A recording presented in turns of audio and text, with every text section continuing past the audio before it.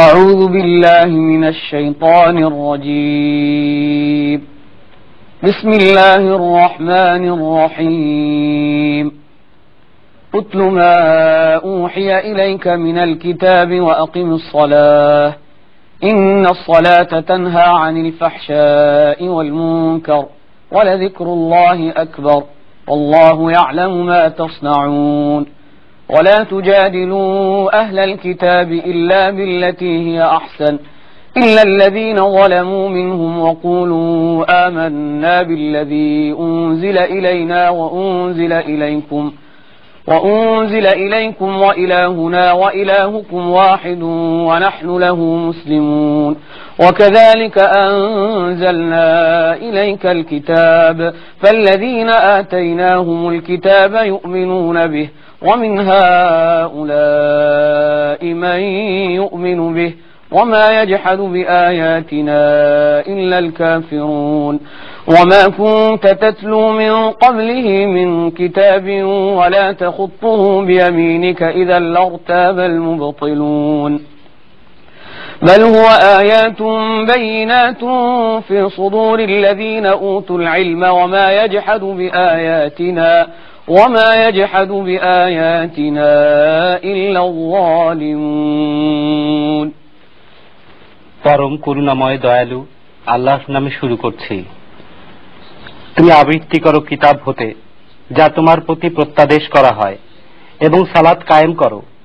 সালাত অবশ্যই বিরত রাখে অশ্লীল ও মন্দ কার্য হতে, আর আল্লাহ স্মরণিত সর্বশ্রেষ্ঠ। তোমরা যা করো আল্লাহ তা জানেন।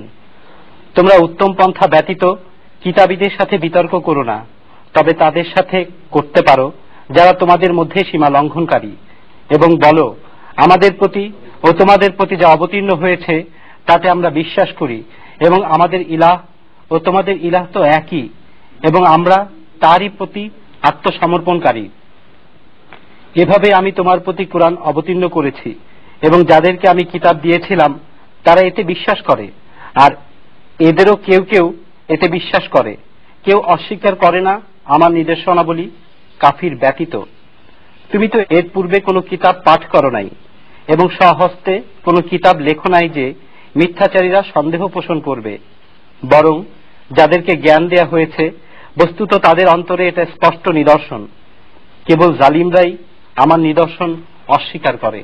وقالوا لولا أنزل عليه آيات من ربه قل إنما الآيات عند الله وإنما أنا نذير مبين أولم يكفهم أنا أنزلنا عليك الكتاب يتلى عليهم إن في ذلك لرحمة وذكرى لقوم يؤمنون قل كفى بالله بيني وبينكم شهيدا يعلم ما في السماوات والأرض والذين آمنوا بالباطل وكفروا بالله أولئك هم الخاسرون ويستعجلونك بالعذاب ولولا أجل مسمى لجاءهم العذاب وليأتينهم بغتة وهم لا يشعرون يستعجلونك بالعذاب وإن جهنم لمحيطة بالكافرين يوم يغشاهم العذاب من فوقهم ومن تحت أرجلهم ويقول ذوقوا ما كنتم تعملون. তারা বলে তার প্রতিপালকের নিকট হতে তার নিকট নিদর্শন প্রেরিত হয় না কেন? বলো নিদর্শন আল্লাহর ইখতিয়ারে, আমি তো একজন প্রকাশ্য সতর্ককারী মাত্র। এটা কি তাদের জন্য যথেষ্ট নয় যে আমি তোমার প্রতি কুরআন অবতীর্ণ করেছি যা তাদের নিকট পাঠ করা হয়? এতে অবশ্যই অনুগ্রহ ও উপদেশ রয়েছে সেই কওমের জন্য যারা ঈমান আনে।